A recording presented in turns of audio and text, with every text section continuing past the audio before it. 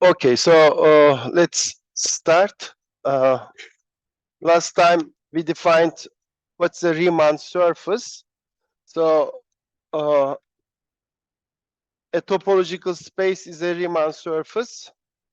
So if C is a Hausdorff topological space, and this C is covered by open subsets,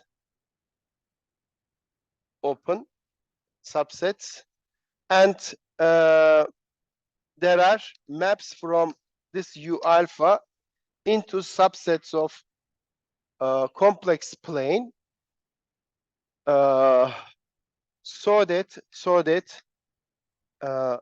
the composition of any two of them from the image of the intersection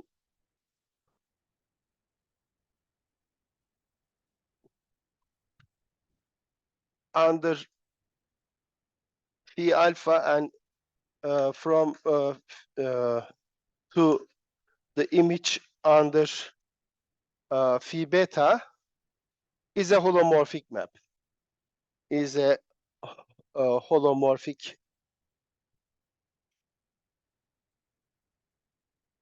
Aslında biholomorphic demek lazım. Yani tersi var, değil mi? Yani bu map'in tersi de var. O da holomorphic. Bu da şöyle bir şey. Yani Riemann surface dediğimiz şeyin bir parçası şu. So here we have U alpha.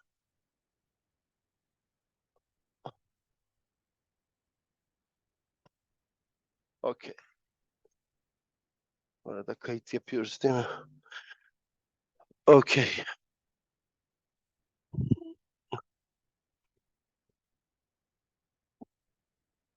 So some U alpha here, U beta here, and we have some function phi alpha, phi beta. This is mapped to complex plane. And this intersection is mapped to, let's say, something like this. And here, between these two open subsets of the complex plane, I have the following map. I go up via the inverse of this map and then come down with this one. Here, these are, of course, homeomorphisms, okay? Homeomorphisms, so that I can talk about their inverses. That's a part of the definition. So it's a homeomorphism.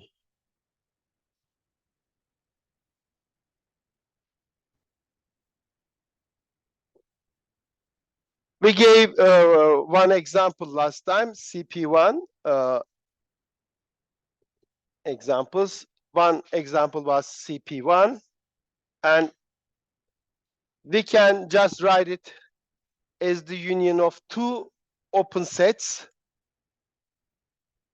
Actually, you know, so this homeomorphic to the following. You have two copies of complex plane, and then you identify Z with 1 over Z, okay? So this is one example of a Riemann surface. And the other one was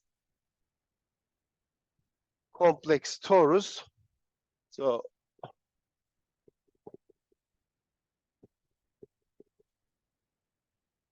what is this?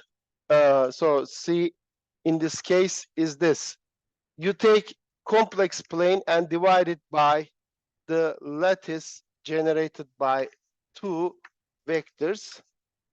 Here, these are vectors in C, so that is a linearly independent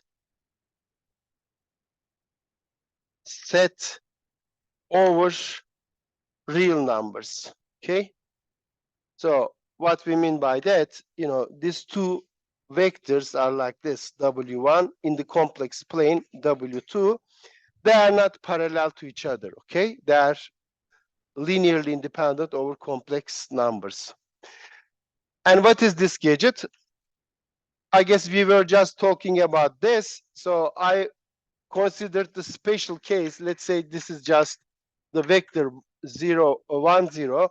And let's take this vector to be just 0, 1. And then C divided by this lattice. So what is this in this case? W1, W2. This is just the set of all integer combinations of these two vectors.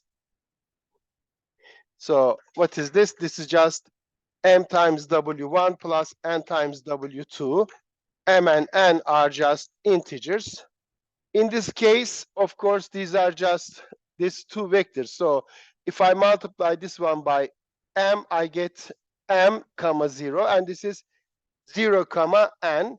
Therefore, this thing is just m comma n. Okay?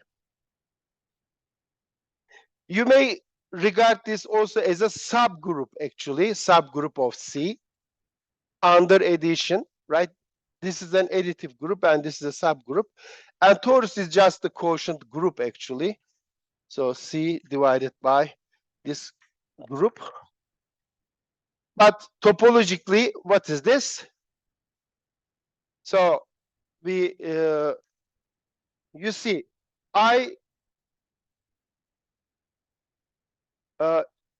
regard the same any tuple, integer tuple, no, any complex vector, if so any two complex numbers, ya da şöyle diyeyim, okay. Şu nesne nedir? C over this, W1, W2 is the set of equivalence classes.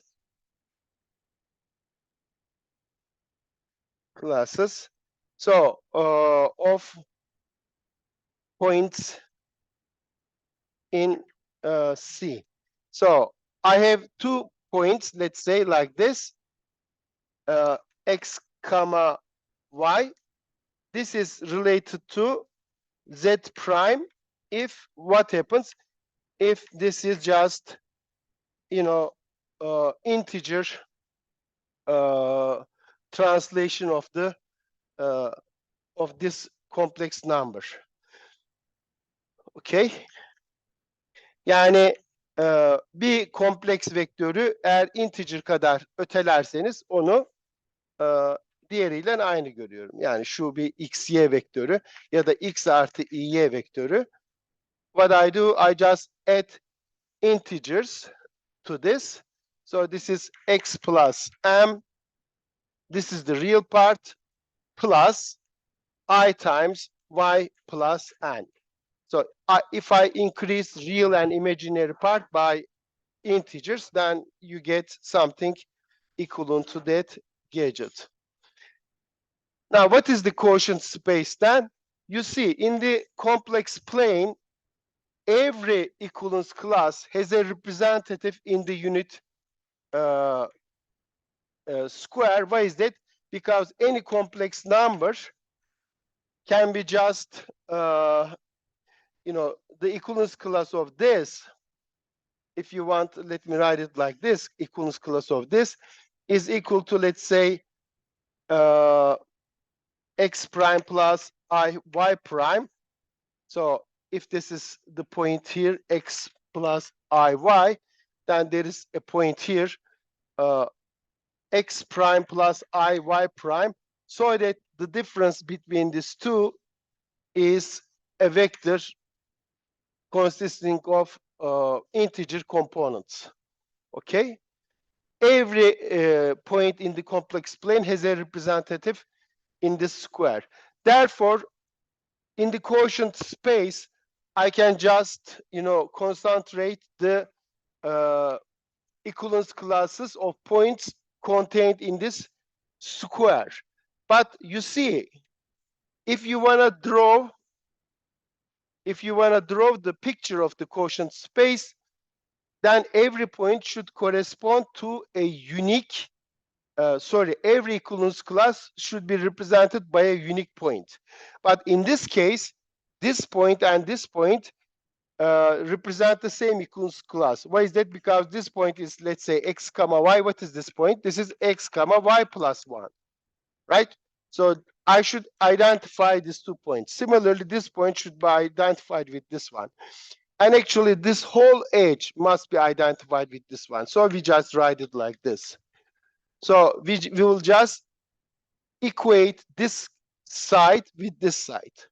And similarly, any point here, let's say xy, is equivalent to this point because this point is just x plus 1 comma y. Therefore, this edge should be identified with this edge. So we have this. Identify means you just glue it. You can do this at home. So you glue this edge to this edge. What you will get a cylinder, right? A cylinder like this. So this edge became this edge, and this edge is this edge. Now I have to identify this edge with this edge also. How do you do this? You just take this, bend it, and glue it, right? So you identify this edge with this edge, you will get just torus. So this edge became this, and the other one is this one. So the quotient is a torus. Okay? That's why we call it complex torus.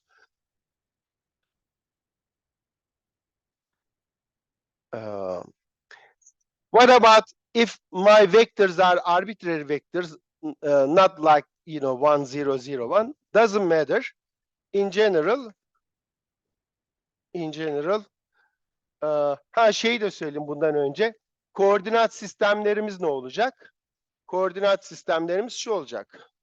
Torus şurada. Now let's choose a point like this. Now that point has several, well, not several, infinitely many, right? Infinitely many representatives in the complex plane. So if you choose an open set here, a small open set, let's say U1, then it corresponds to several open sets here. As my coordinate system, I may choose any of them. Let's say I just call this U1, and this is my map, phi 1, okay? Well, if I choose any other coordinate system, let's say U2, U2 is what? Something like this. Let's say V2. It has several other, components like this. Suppose for this one, U2, I choose this thing. So I choose my U2 here, and not U2, V2 here, V2, and this is our V1. So let me draw this gadget one more time. In my torus, I have this point, and I cover it, let's say, with two different coordinate systems, U1 and U2. And these are my coordinate systems. Now, this shaded region here corresponds to, let's say, something like this, and here something like this. What is the transition map? So I go with the inverse of the first homeomorphism and then go up with the second homeomorphism. What is this map? It's a map from this open set to this open set. And how it is given? Well, you see, any 2 points just differs by integers. I mean, the coordinates of any two representatives differ by integer. Therefore, this is just a translation. So this gadget, if you choose any point here, z, then its image, let's say this one, is what? It is just z plus m plus I times n. So this z is just z plus m plus I n. In other words, if z is just x plus iy, this is just x plus m, real part, and I times y plus n. And of course, this map is a biholomorphic map, right? It has an inverse. You are just adding this vector. It's a translation. Let me call this vector w. It's a translation. So this thing is a biholomorphic map. It's a translation. It is differentiable. It's differentiable. Its derivative is just 1, right? Its derivative is just 1, and its inverse. So this thing, let me say this is f. So z, this is just z plus w. What is the derivative of this? Derivative is just 1, and it is so it is analytic, so that it is analytic, and its inverse is what? Its inverse is just z minus w, right? Bu fonksiyon w ekliyorsa tersi de w'yu çıkartır. Peki, so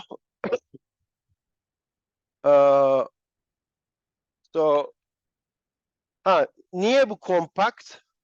Well, C is complex plane divided by some subgroup.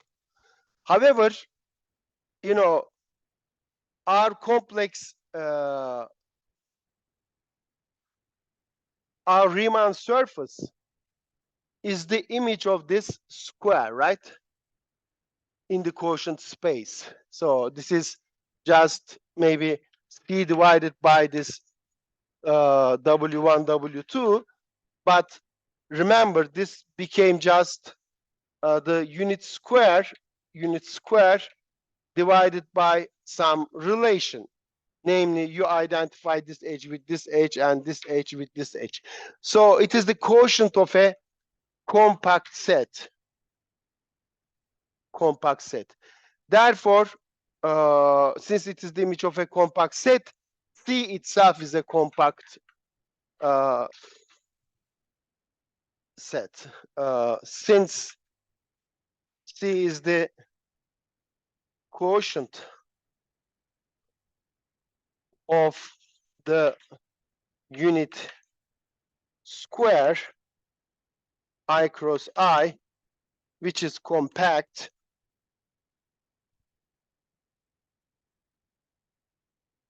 so is C. So it's a Riemann surface. Hence, C is a Riemann surface, compact.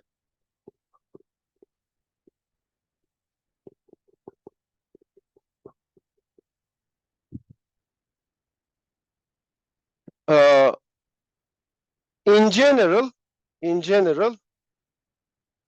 if W1 and W2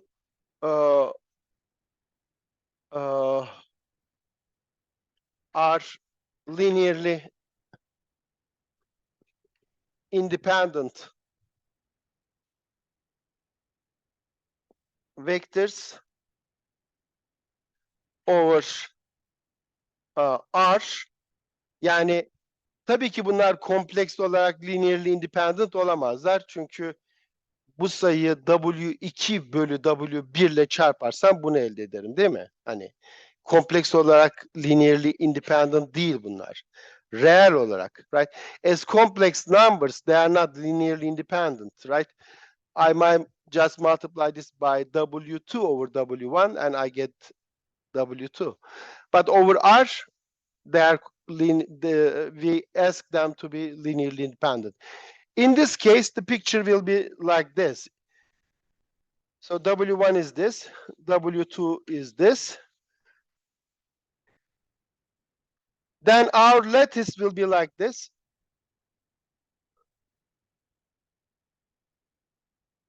So yani baklava gibi olacak. So this time we don't have squares, but we have this parallelograms, okay, going in all directions like this. And our Riemann surface will be just the image of any parallelogram in this case also. So it will be just, you know, the same picture, but instead of a square or a rectangle, you have a parallelogram. Okay, but the same ideas works. Again, our surface will be just the image of this parallelogram, and this edge will be identified with this edge, and this edge will be identified with this edge. And again, C divided by W1, W2 will be just a torus. Okay? Again, a torus. Değil mi? Yani şunu ekliyorum, bunu ekliyorum.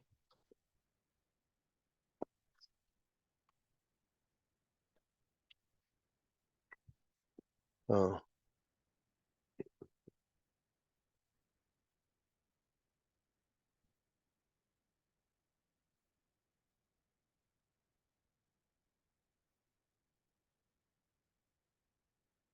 Yine yani bu nesne bir kompleks torus. Ama bu vektörleri farklı seçerseniz, if you choose these vectors different each time, you get different Riemann surfaces, okay? Topologically, they are all the same. Topologically, they are all the same, but as Riemann surfaces, they are different objects. Sometimes they might be equal. I mean, if you just multiply these vectors with complex numbers, then you will get something actually equivalent to the previous one. But if you pardon, real sayılarla çarparsanız birbirine denk şeyler elde edebilirsiniz, ama ya aradaki açıyı değiştirirseniz o zaman onlar farklı Riemann surface'lar olur. Bunun üzerine hani sadece bu örnek üzerine kitaplar var. Onu söyleyebilirim. Yani öyle topolojikli çok basit, sadece torus. Ama Riemann surface olarak görecekseniz yani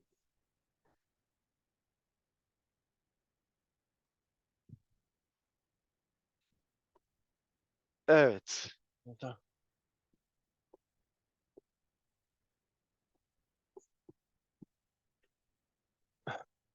SL2 Z ile. Sor. Neyin tanımında? Aha.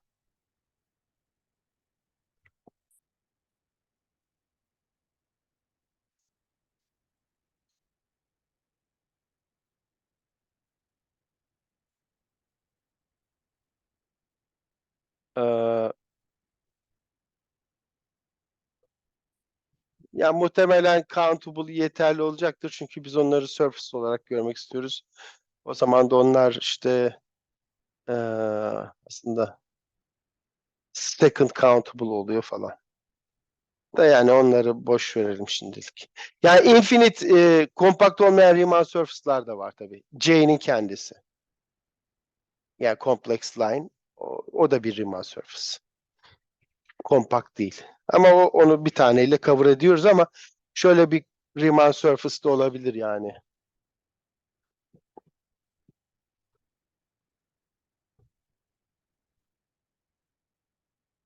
Evet, countable many.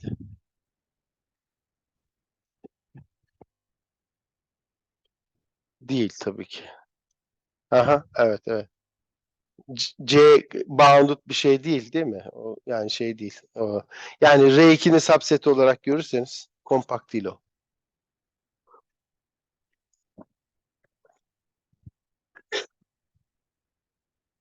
Ha, şimdi e, bu bizim transition fonksiyonlarımız holomorfik ya. Let f be a holomorphic function.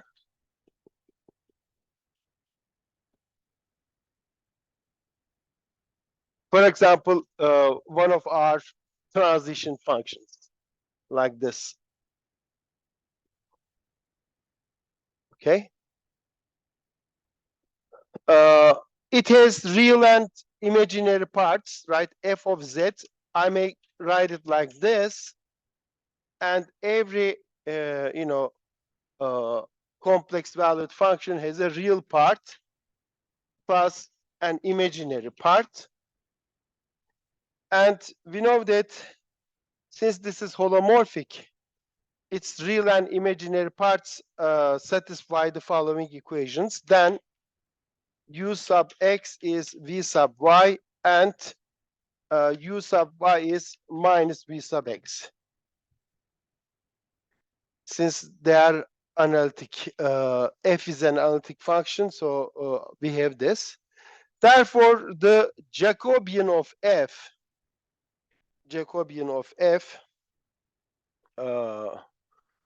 yani onu şöyle yazayım, del f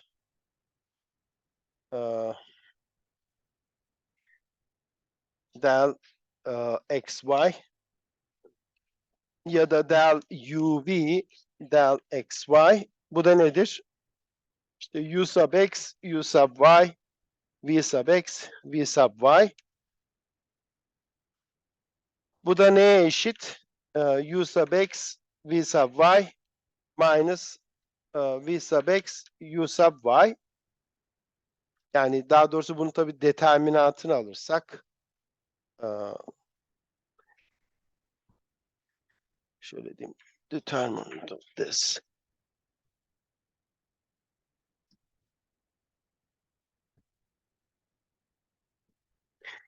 İşte şunu güzelce yazayım. Özür dilerim.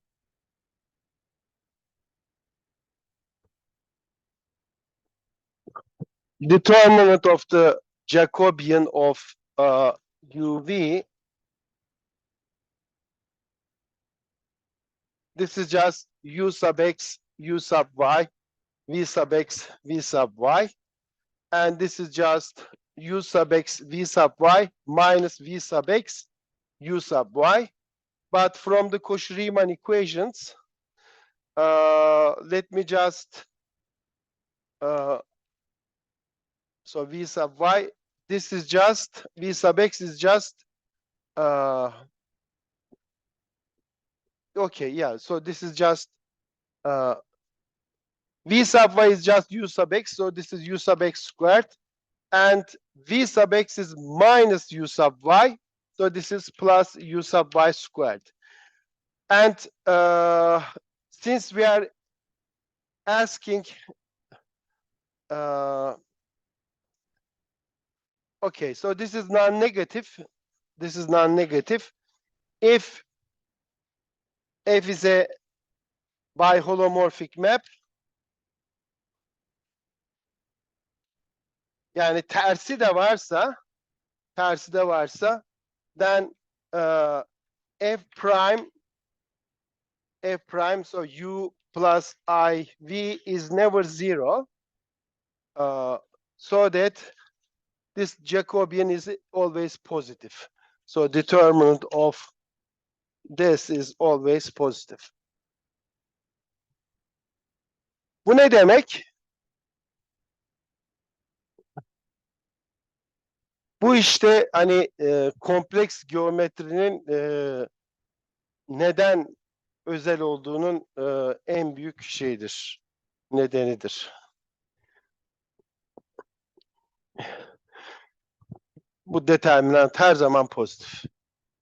Yani reelle kompleksin farkı bu. Bu ne anlama geliyor? Bu şu anlama geliyor. So, for our Riemann surface, suppose we have two open sets like this. Şunu daha büyük çizeyim. Şöyle yapayım. So, this is our Riemann surface. C. I have two open sets like this.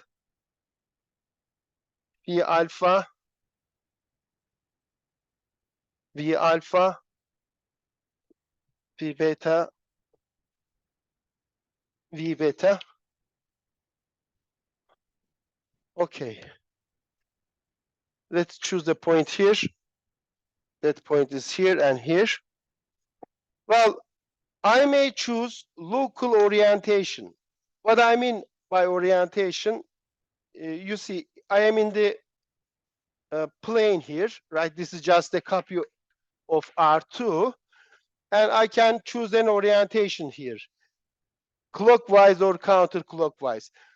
How do we do this? We choose two vectors, and I label them as my first vector and second vector, let's say.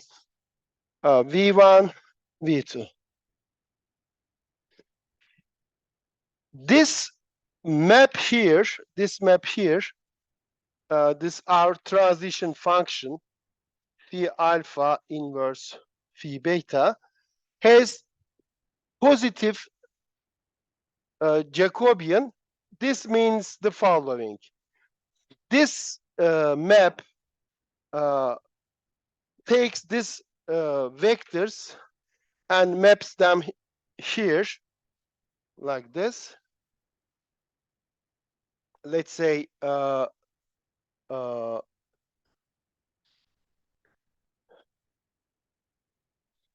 okay, ne diyelim bunlara? So f prime v1 yok, o doğru değil. Şöyle.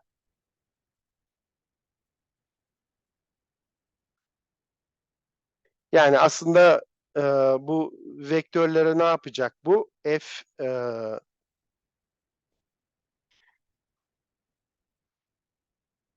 F'in türeviyle çarpıyorsunuz. Yani okey. Şöyle diyeyim.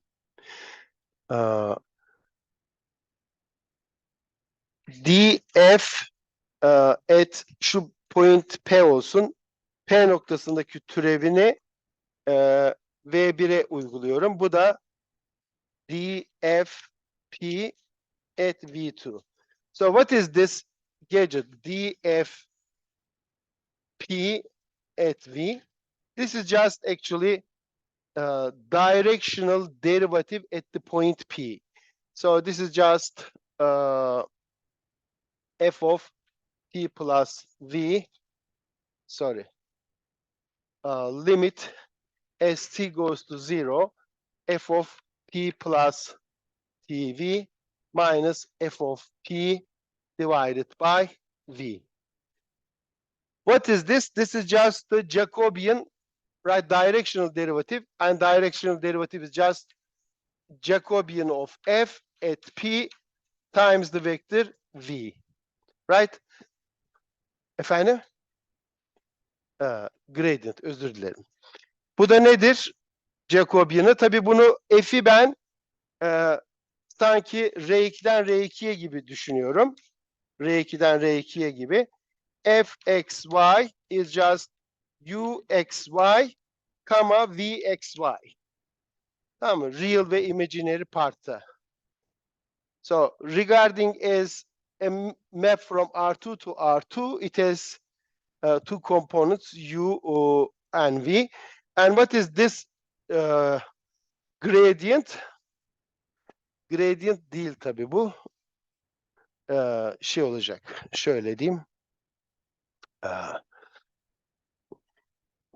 Del UV del XY at P olacak. Yani F'in türev map'i o da şu.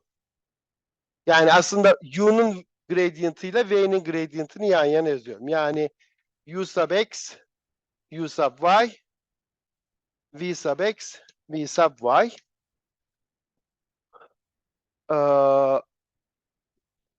Evaluated at the point V1, V2, let's say V1, V2, where this vector V is just V1, V2.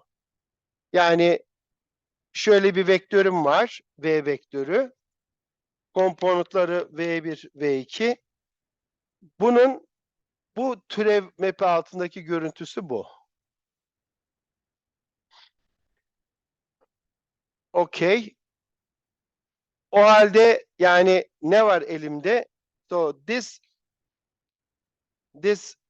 vector is mapped to this matrix times this vector. But this thing has determinant which is positive. It means the following. This linear map orientation preserving. Okay? So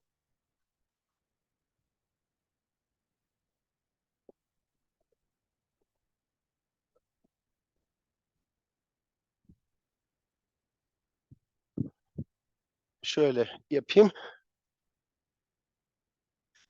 Buraları biraz uzatıyorum. Çünkü bunlar basit olmakla beraber bütün konunun özü. Hani kompleks geometri anlamlıysa bu yüzden anlamlı.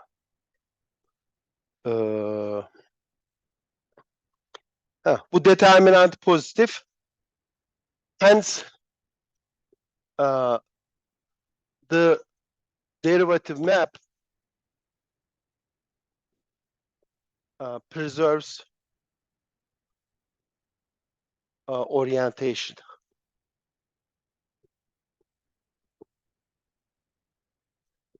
Bakın bu map şöyle bir şey. Bu fonksiyon bir örnekler üzerinde açıklayayım.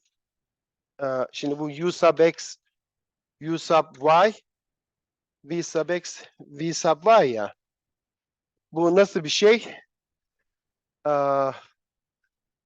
Aslında şöyle diyeyim. Bakın şöyle diyeyim. Determinantla orientation preserve etmenin şey şu. Let me just tell you how orientation and the sign of the determinant are related. For example, consider this linear map. 1, 0, 2, 3. So what is the determinant of this? Is just determinant is just 3. So it is orientation preserving. Why is that? Let's see. This is my first vector. Let's say this is my second vector, E1 and E2. Via A, they are mapped to which vectors? A, E1. So E1 is just 1, 0. So 1, 0, 2, 3, 1, 0. What is this? 1, 2. 1'e 2. 1 birim böyle, 2 birim şöyle. Şu vektör. What is A, E2? 1, 0, 2, 3, 0, 1. So 0, 3. 0, 3. So it is this vector. So this is the image of the first vector. This is the image of the second vector. Here my orientation is always the direction from the first vector to the second vector. So my orientation here is this one. This is the positive orientation clockwise. And they are mapped to these two vectors. and you see, going from the first vector to the second vector, you go counterclockwise again. Therefore, it is orientation preserving. As you go around here in opposite, in counterclockwise direction, this gadget maps, that orientation to, again, counterclockwise orientation. Another example.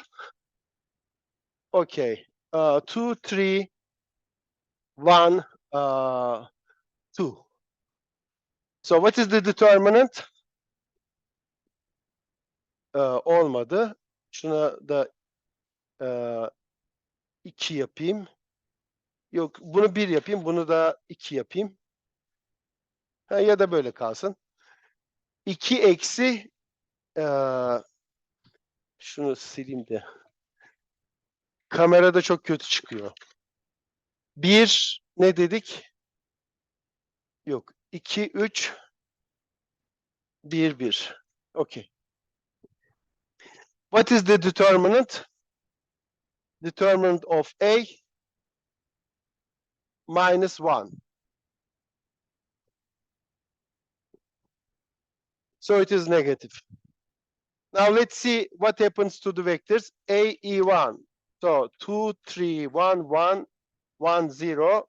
This is just 2, 1. A, 2, 2, 3, 1, 1, 0, 1. This is 3, 1. So A, E1, 2, 1, 2, 1. So it is like this. A, E1. And A, E2 is 3, 1. Bir dakika ya, bir terslik yaptık galiba.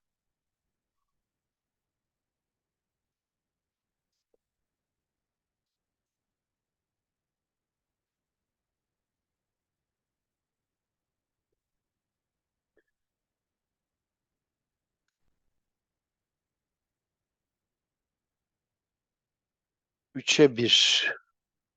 Ha, 3'e 1, tamam, altta kalıyor. Tamam, özür dilerim. Şurası 2, şurası 3.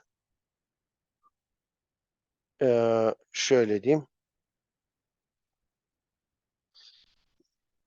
1, 2, 3. 1. Birisi bu, birisi bu. So this is A, E1. This is A, E2. So you see, this time, this is the rotation. Tabii şunu diyebilirsiniz. Bunun böyle dönmediğini nereden biliyorum? Değil mi? Onu da size bırakayım. Yani belki sizi kandırıyorum. Hani bu böyle dönüyordur. But you see here that, orientation is reversed. I am going like this, but here I am going in this direction. So counterclockwise rotation is turned to clockwise rotation. Therefore, this is orientation reversing. This is orientation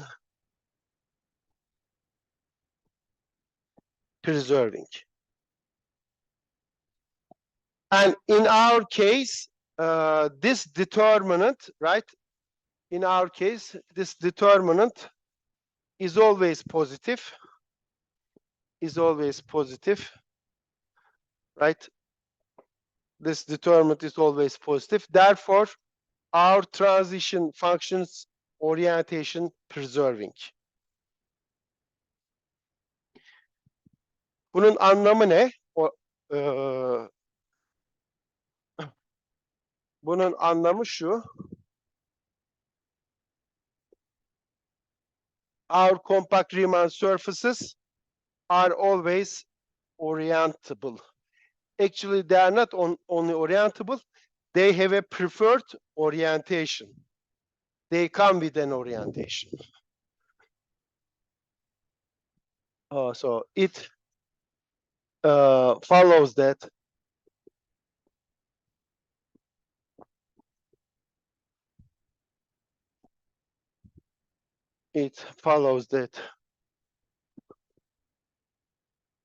R, yani bizim Riemann surface'larımız başkasının değil gibi oldu ama Riemann surfaces are not only orientable but they came with a preferred orientation. Ne demek preferred orientation? Tabii şunu assume ediyoruz. Assuming the complex plane has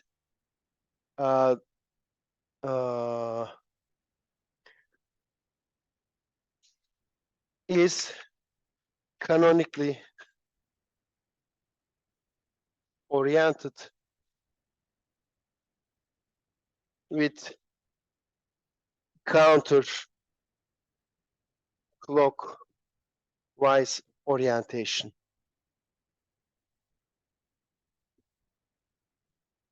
Yani şunu söylüyoruz. Ben kompleks düzlemin orientation'ını şöyle seçtiğim zaman benim için bu düzlemde pozitif orientation counterclockwise'dır.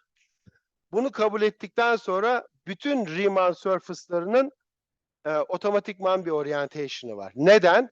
Çünkü bir Riemann surface aldığım zaman bir koordinat sistemi, buradan buraya iniyorum. Başka bir koordinat sistemiyle de gelip, yani şunu yapacağım. Diyeceğim ki buradaki orientation'ı buraya taşıyorum. Diyebilirsiniz ki belki başka bir koordinat sistemi seçseydim buradaki orientation'ı da buraya taşıdığımda bu orientation şöyleyken belki buradan taşıdığım böyle olacaktı. Onu nereden biliyorum öyle olmadığını? Onu şuradan biliyoruz. Bu transition fonksiyonu orientation'ı koruyor. Ters çevirmiyor. O yüzden de hangi koordinat sistemini kullanırsanız kullanın burada hep aynı orientation'ı elde ediyorum. O yüzden de bunun kanonik bir orientation'ı var. Normalde orientable bir yüzeyin 2 tane orientation'ı vardır. İşte kürenin mesela işte dış normal, iç normal. İkisini de alabilirsiniz. Ama Riemann surface olacaksa koordinat sistemlerini seçtikten sonra artık bir tane var. Tamam mı? Anlaştık mı? Okey. Bakalım. İyi, ara verelim. Aradan sonra devam ederiz. Let's give a break.